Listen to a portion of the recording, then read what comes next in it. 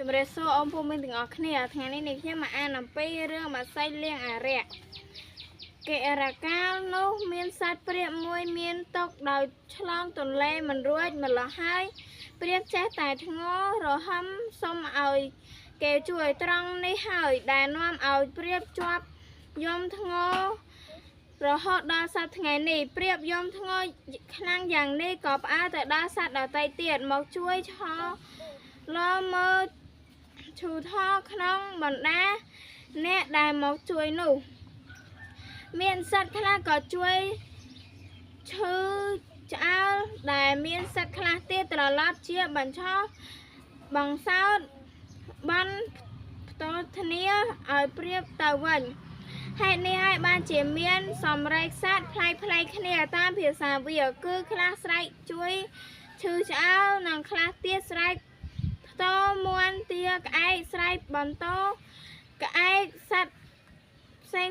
ស្រែកថាងាប់ឥឡូវងាប់ឥឡូវងាប់ឥឡូវត្រង់នេះហើយបានជាក្អែកនៅជាប់ស្រែកថាលើនៅដល់សប្តាហ៍ថ្ងៃមានមួនស្រែកថាចប់បានន័យថាវារកចប់មកបំរុងចាំកប់ខ្មោចព្រាបតែម្ដងទៅព្រោះព្រាបនេះវានឹងស្លាប់ឥឡូវហើយនេះជាពាក្យបញ្ចោះព្រោះមួនចង់ឲ្យព្រាបស្លាប់ចោះទាស្រែកបន្ថែមតាមក្រោយមួនថាកាបព្រោះថាព្រាបស្លាប់ហើយមួនឲ្យគេរកចប់ហើយនោះត្រូវកាប់ដីកាប់វាតែម្ដងទៅក្រៅពីសត្វដែលផ្ទោឲ្យព្រាបស្លាប់នៅមានសត្វដែលជួយសង្គ្រោះព្រាបច្រើនទៀតនៅពេលសត្វលោកស្រែកថារត់គ្រូតែសត្វដទៃជំនុំគ្នាថាត្រូវរកមេមត់ឲ្យជួយសង្គ្រោះជីវិតសត្វព្រាបវិញប៉ុន្តែរូបមេមត់នោះនៅឆ្ងាយណាស់ហើយពេលនេះជារដូវវស្សាមានទឹកចូលជន់លិចវាលហលហាផងបើនឹងធ្វើដំណើរទៅតង់តែរកទូកក្តារច្រវាចៅទៅបានម្ល៉េះហើយពួកសង្គ្រោះទាំងនោះមនីស្រែកកោករកប្រដាប់ទាំងនេះលាន់ត្រហឹងអាអូតស្រែកថាទូកមួនទឹកស្រែកថាច្រវាប្រវឹកនៅស្មៅនាំគ្នាបាច់ទឹកចេញពីទូកឮសូរខ្វក់រួចហើយគេក៏ចេញទូកដឹកនាំទាំងព្រាបដែលជាអ្នកជំងឺនោះឆ្ពោះទៅលំនៅមៀបជារូបមេមត់ទំរាំទៅដល់វាជាពេលពុនត្រឡប់សត្វមៀបរូបមេមត់យកសត្វទីតុយជាស្នំគឺជាអ្នកនិយាយលួងលោមរូបមេមត់សត្វបណ្ដាដែលមានសម្រែកផ្សេងគ្នាក៏ប្រជុំគ្នាជាវងភ្លេងអារក្សមួយវងដើម្បីបញ្ជាន់រោបមេមត់នោះគឺសត្វថ្លុំធ្វើស្គរសារិកាធ្វើត្រលវាចេកធ្វើបៃត្រសេះវាយក្រាបនិងតុនទេពជាអ្នកចម្រៀងលុះនាំគ្នាត្រាប់បត់ភ្លេងបានមួយចប់ហើយទីតុយជាស្រាំចាប់ដើមសូរឡើងថាទីតុយពើពើងកូនយើងជាទេមៀមដែលជារូបមេមត់ពុំមានស្ដីអ្វីសោះរឹតតែបើកភ្នែកធំឡើងលូទីតុយនៅតែសួរដដែលពេកក៏ឆ្លើយតែមួយម៉ាត់ថាលៀងឮដូច្នេះត្រគិញត្រឡងក៏ស្រែកឡើងថាជាក៏លៀងមិនជាក៏លៀងមិនជាក៏លៀងលឺចាប់ពិធីបញ្ជាន់រូបមេមត់រួចហើយសត្វទាំងអស់ក៏នាំគ្នាវិលមកវិញមកដល់កំពង់រោងទូកពុំឃើញក៏បង្អួចហៅរកគ្នាក្រែងមានអ្នកណាយកទូកទៅអុំលេងស្រាប់តែមានសត្វមួយស្រែកប្រាប់ពីត្រៃម្ខាងមកថាគូកគេនាំគ្នាដាក់ឈ្មោះសត្វនោះថាសត្វគូករហូតដល់សប្តាហ៍ថ្ងៃចំណែកសត្វក្អែកជាសត្វផ្ទុយបន្តឲ្យព្រាបស្លាប់តែត្រឡប់ជាមិនស្លាប់វិញដោយបានទីតុយមៀបគូកជួយយកអាសានោះក៏ប្រកាន់ស្អប់សត្វទាំងនេះតែកាលណាឃើញសត្វទាំងនេះហើយតែងតែព្រួតគ្នាដេញចកព្យាបាទជាប់រហូតដល់សប្តាហ៍ថ្ងៃនេះ អ ឥឡូវនេះនាងសិទ្ធិស្នាមឡក៏អាចជាច្រើនចំពោះអង្គមានទាំងអស់គ្នាដែលបានចំណាយពេលវេលាដែលមានតម្លៃមកស្ដាប់នេះខ្ញុំអានអំពីរឿងបាក់សៃលៀងអារៈពីដើមដល់ចប់នេះខ្ញុំសូមអរគុណនិងសូមជម្រាបលាអ្នកគ្នាថ្ងៃនេះនាងខ្ញុំមកនិយាយអំពីភពអង្គារនៅឆ្នាំ1976យានអវកាស2បានចុះមកលើភពអង្គារបើយើងមើលពីលើភពពុទ្ធដោយប្រើកែវយឺតនោះយើងអាចមើលឃើញភពអង្គារដូចជាទីរហោឋានពណ៌ក្រហមនិងមានកាតព្វទឹកកកនៅចុងសងខាងនៃភពកាតព្វទឹកកកនេះកើតឡើងដោយសារឧស្ម័នកាបូនិកពីព្រោះលើភពអង្គារមានទឹកតិចតួចបំផុតភពអង្គារមានភពរណបតូចពីព្រះច័ន្ទហើយអ្វីបានជាភពអង្គារមានពណ៌ក្រហមពីព្រោះថាជាតិដែកនៅលើភពមានច្រាសដែលកើតឡើងដោយសារអុកស៊ីតកម្មប្រមាណជាង2ឆ្នាំម្ដងមានបាតុភូតព្យុះធូលីដ៏អស្ចារ្យដែលមិនអាចឲ្យគេមើលឃើញផ្ទៃភពអង្គារបានភពអង្គារធ្វើដំណើរជុំវិញព្រះអាទិត្យក្នុងថេរវេលា1ឆ្នាំ10ខែ17ថ្ងៃនៃភពហេតុដីសីតុណ្ហភាពភពអង្គារត្រជាក់បំផុតដល់130អង្សាសេឥ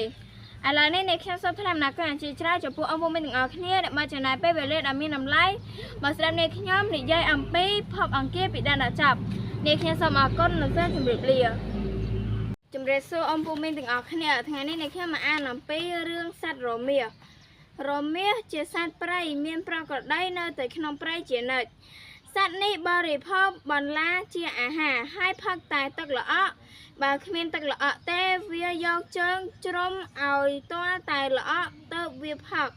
នៅលើខ្នងសត្វនេះមានដោះសាច់មួយស្រទាប់មើលទៅហាក់ដូចជា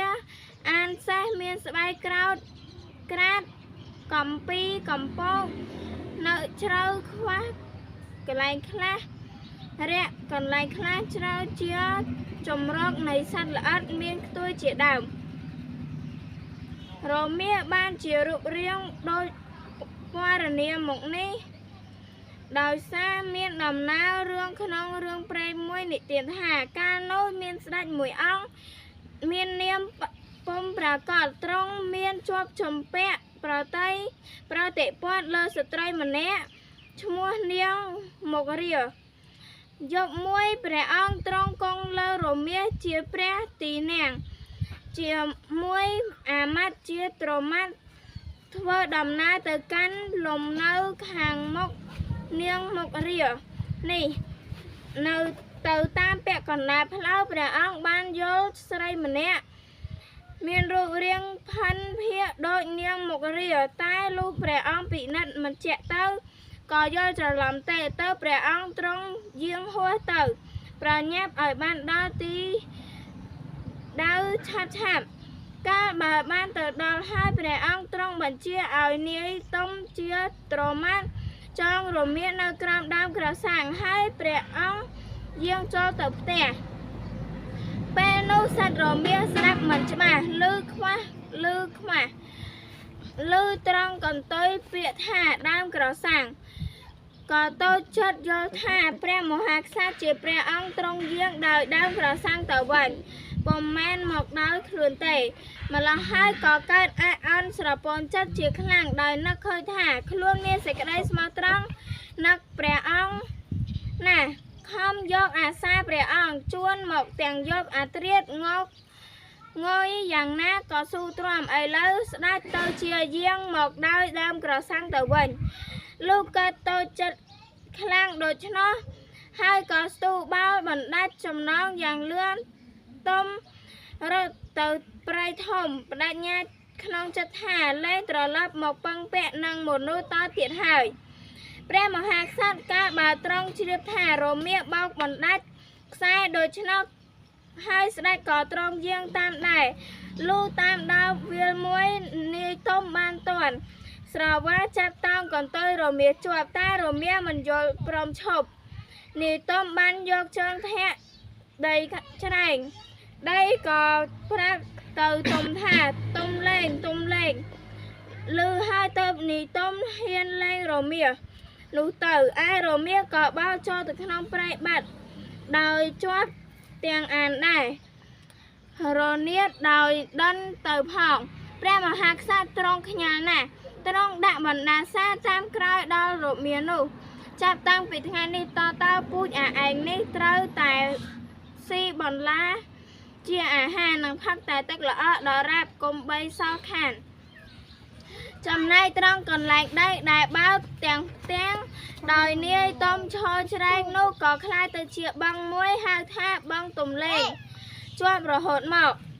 ឯភូមិរបស់នាងមុខរាក៏ជាប់ឈ្មោះថាភូមិនាងមុខរារហូតមកដល់ដែរត្រង់កន្លែងដែលព្រះរាជាទ្រង់តតឃើញស្រីម្នាក់ប្រហែលនាងមុខរាក៏ឲ្យឃើញឈ្មោះភូមិប្រហែលឥឡូវនេះคล้ายទៅជាភូមិប្រហែលទៅវិញភូមិប្រហែលនេះនៅក្នុងភូមិតាឡូស្រុកបាកានខេត្តពោធិ៍សាត់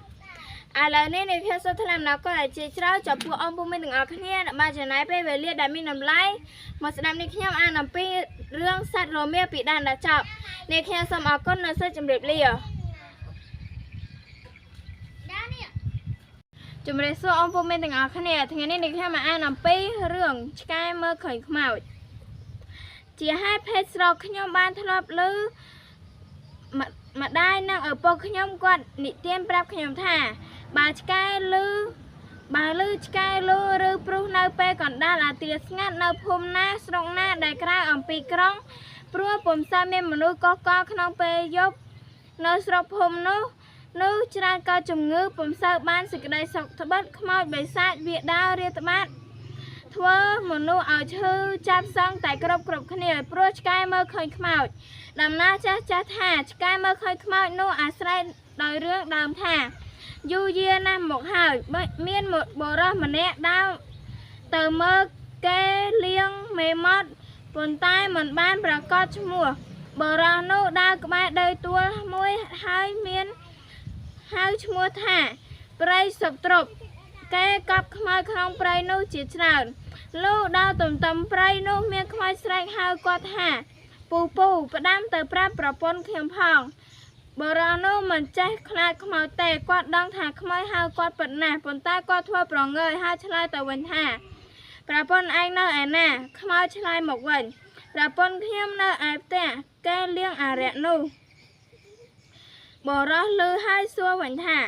ចុះឯងឲ្យអញប្រាប់មិនបានបើអញមើលប្រពន្ធឯងមិនឃើញនោះក្នុងពេលនោះខ្មោចក៏ឲ្យ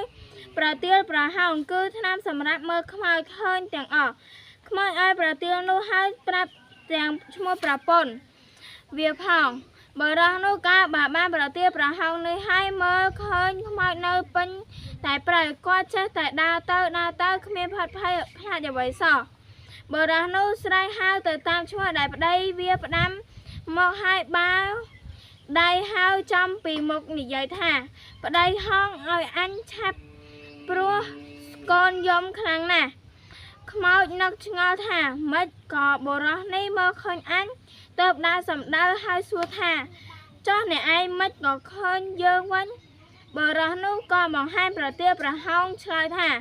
នេះប្រទាលដែលប្តីហងឯងឲ្យអញបានជាអញមើលឃើញឯង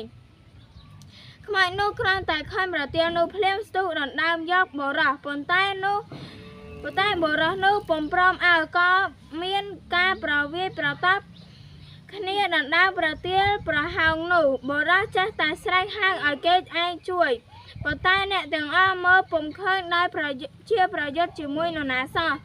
ឃើញតែស្ទុះស្ទាតែម្នាក់ឯងម្ល៉េះហើយគេនាំគ្នាទៅស្រឡាំងកាំងរួចជួយមិនកើតលុះប្រវេប្រតបគ្នាមួយសន្ទុះធំបុរសក៏ចង់រសាយដៃក៏របបប្រទាលនោះចេញពីដៃទៅខ្មោចស្ទុះប្រុងយករើសយកតែពេលនោះឆ្កែឃើញភ្លាមស្ទុះផ្លែតមកត្របាក់លេបចូលទៅក្នុងពោះបាត់ទៅហេតុនេះហើយបានជាឆ្កែមកឃើញខ្មោចដោយសារមានរឿងនិទានយ៉ាងនេះបានជាមានជំនឿថាឆ្កែមកឃើញខ្មោចបើឆ្កែព្រុសលូនៅពេលយប់ព្រោះវាឃើញខ្មោចដើរមួយវិញទៀតមានមនុស្សច្រើនណាស់ដែលជឿជាក់ហើយខំស្វែងរកប្រទាលប្រហោងដើម្បីយកមកប្រើការស័ក្តិសិទ្ធិផ្សេង ឥឡូវនេះអ្នកខ្ញុំសូមថ្លែងអំណរគុណជាច្រើនចំពោះអង្គពុំមានទាំងអស់គ្នាដែលបានចំណាយពេលវេលាដែលមានតម្លៃមកស្ដាប់នេះខ្ញុំអានអំពីរឿងឆ្កែមើលឃើញខ្មោចពីដើមដល់ចប់នេះខ្ញុំសូមអរគុណនិងសូមជម្រាបលា